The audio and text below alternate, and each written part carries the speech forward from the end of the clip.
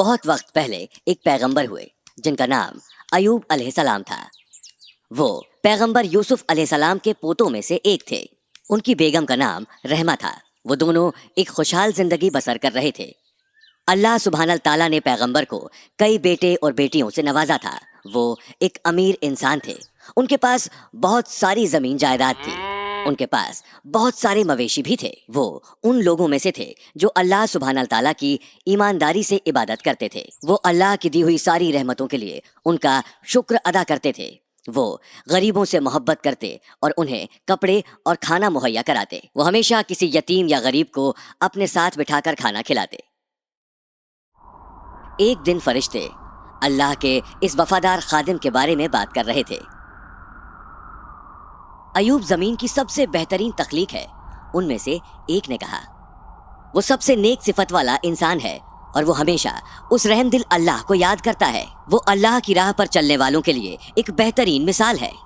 پھر ایک اور فرشتے نے کہا، اور اس لیے اللہ نے اسے ایک بہت لمبی عمر اور بہت ساری نوکروں سے نوازا ہے۔ وہ غریبوں اور ضرورت مندوں کی مدد کرتا ہے۔ وہ غلاموں کو خریدتا ہے اور انہیں آزاد کر دیتا ہے۔ وہ ایک دریا دل انسان ہے۔ ایک اور فرشتے نے کہا۔ شیطان نے یہ باتیں سنی اور وہ بہت چڑھ گیا۔ اس نے پیغمبر کے پاس جا کر انہیں گمراہ کرنے کا فیصلہ کیا تاکہ وہ اللہ کے خلاف ہو جائیں۔ سب سے پہلے اس نے کوشش کی کہ پیغمبر زندگی کی ساری رحمتوں کے لیے شکر ادا کرنا بند کر دیں، لیکن ایوب علیہ السلام کا عقیدہ پکا تھا اور شیطانی خیال انہیں بالکل بھی للچا نہیں پائے۔ جب یہ چال ناکامیاب ہو گئی تو شیطان بہت غصہ ہو گیا۔ پھر شیطان نے اللہ سے ایوب کی شکایت کی۔ اس نے کہا کہ پیغمبر اللہ کی عبادت تو کرتے رہتے ہیں لیکن وہ ایک ایماندار انسان نہیں ہیں۔ شیطان نے کہا کہ پیغمبر اللہ کو خوش کرنے کی کوشش کرتے ہیں اور اس لیے اللہ ان سے ان کی دولت نہیں چھینتے۔ اگر آپ اس سے اس کی دولت چھین لیں گے تو وہ آپ کا نام نہیں لے گا اور وہ آپ کی عبادت کرنا بھی چھوڑ دے گا۔ لیکن اللہ نے شیطان سے کہا کہ ایوب ان کی سب سے زاہد تخلیقوں میں سے ایک ہے، وہ پیغمبر ہے۔ انہوں نے کہا کہ وہ اسے ملی کسی بھی نعمت کے بدلے میں عبادت نہیں کرتا۔ اللہ شیطان کو پیغمبر کے ایمان کی گہرائی دکھانا چاہتے تھے، لہٰذا انہوں نے شیطان کو اجازت دی کہ وہ ایوب کی دولت کے ساتھ کچھ بھی کر سکتا ہے۔ شیطان اب بہت خوش تھا۔ اس نے اپنے مددگاروں کو اکٹھا کیا اور پیغمبر کے پاس جو کچھ بھی تھا اسے نیست و نابود کرنا شروع کر دیا۔ اس نے ان کے کھیت اور مویشی جلا دیے، یہاں تک کہ گھر کو بھی نہیں چھوڑا۔ اس نے پیغمبر کے نوکروں کو بھی تباہ کر دیا۔ ایوب علیہ السلام کے پاس اب کوئی جائیداد نہیں بچی تھی۔ خوشی خوشی شیطان ایک بوڑھے کے بھیس میں پیغمبر کے پاس پہنچا۔ تمہاری ساری دولت کھو چکی ہے، اس نے پیغمبر سے کہا۔ کچھ لوگ کہتے ہیں کہ کیونکہ تم نے لوگوں کو بہت ساری خیرات دی ہے، اور کچھ کہتے ہیں کہ تم نے اپنا بہت سارا وقت عبادت میں برباد کیا اس لیے ایسا ہوا۔ اگر اللہ کے پاس تمہیں نقصان سے بچانے کی طاقت ہوتی تو اس نے تمہیں بچا لیا ہوتا۔ لیکن پیغمبر کا بھروسہ ذرا سا بھی نہیں ڈگمگایا۔ جو بھی کچھ اللہ نے مجھ سے لیا ہے وہ انہی کا تھا، انہوں نے جواب دیا۔ میں تو صرف اس کی دولت کا رکھوالا تھا۔ وہ جب جسے چاہے دے سکتا ہے اور جب چاہے واپس لے سکتا ہے۔ ان الفاظوں کے ساتھ ہی پیغمبر نے پھر اللہ کی شان میں سلام پیش کیا۔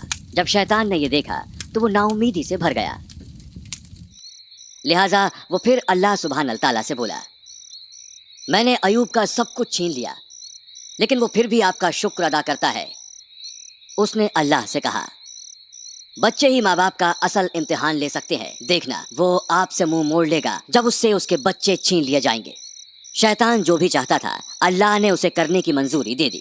اللہ نے کہا، تمہارا جو بھی منصوبہ ہے اس کے مطابق کام کرو، لیکن یہ یاد رہے کہ پیغمبر کے صبر اور عقیدے کو نقصان نہ پہنچایا جائے۔ شیطان نے پھر اپنے مددگاروں کو اکٹھا کیا اور پیغمبر کے بچوں کو تباہ کر کے جا، وہ جس گھر میں رہتے تھے اس گھر کو تباہ کر کے اس نے پیغمبر کے سارے بیٹے بیٹیوں کو ختم کر دیا۔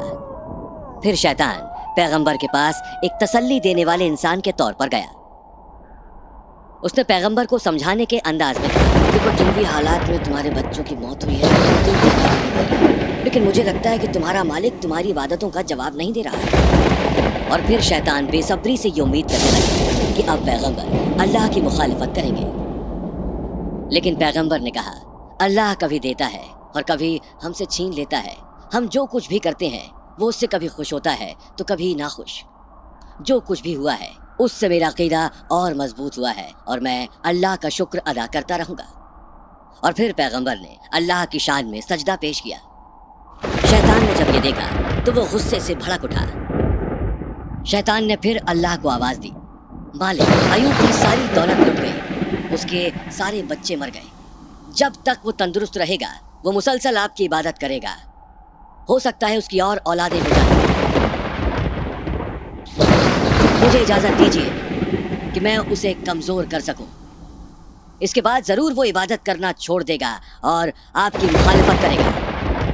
اللہ سبحانہ تعالیٰ شیطان کو ایک سبق سکھانا چاہتے تھے، لہٰذا انہوں نے اس کی تیسری بات بھی مانی، لیکن ایک شرط پر کہ شیطان ان کے جسم کو نقصان پہنچا سکتا تھا، ان کی روح اور ان کی عقل کو نہیں،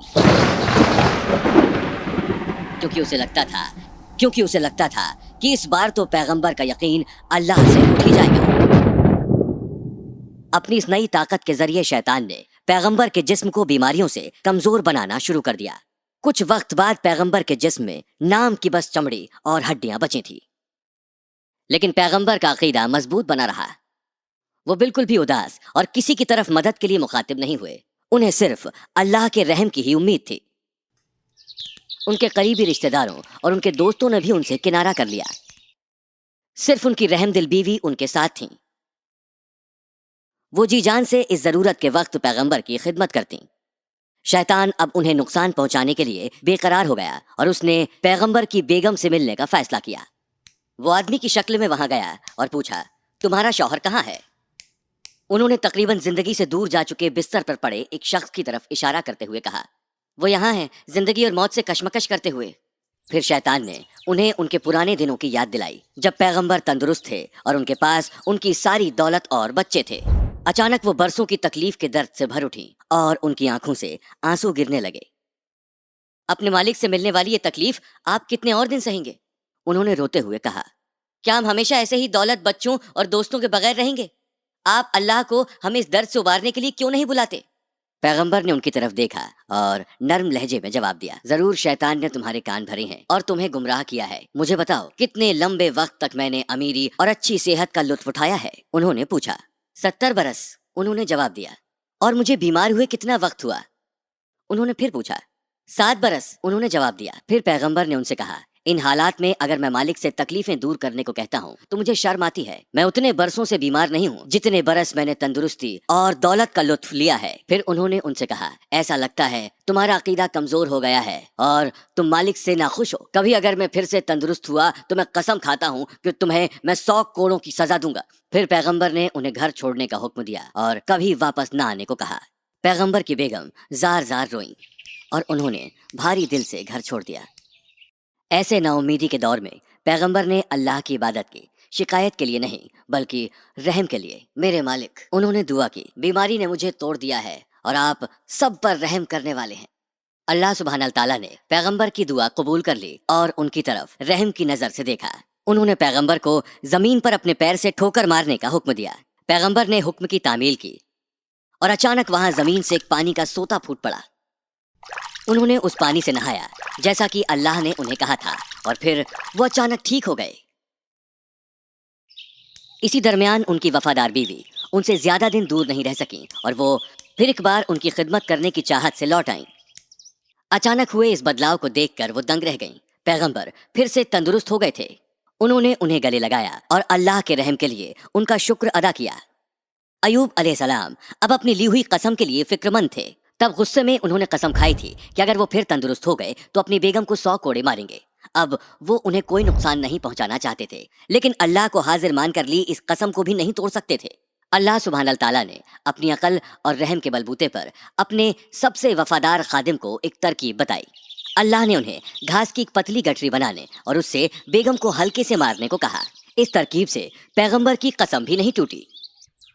پیغمبر نے پھر اپنی کھوئی ہوئی دولت حاصل کر لی اور ان کے بچے بھی موت کی نیند سے جاگ گئے۔ ایسا کہا جاتا ہے کہ پیغمبر ایوب علیہ السلام 93 برس کی عمر تک جیے۔ یہ کہانی ہمیں یہ سبق سکھاتی ہے کہ اللہ سبحانہ تعالیٰ ہمارا کئی طریقے سے امتحان لیں گے۔ ہم سبھی کو ایسے حالات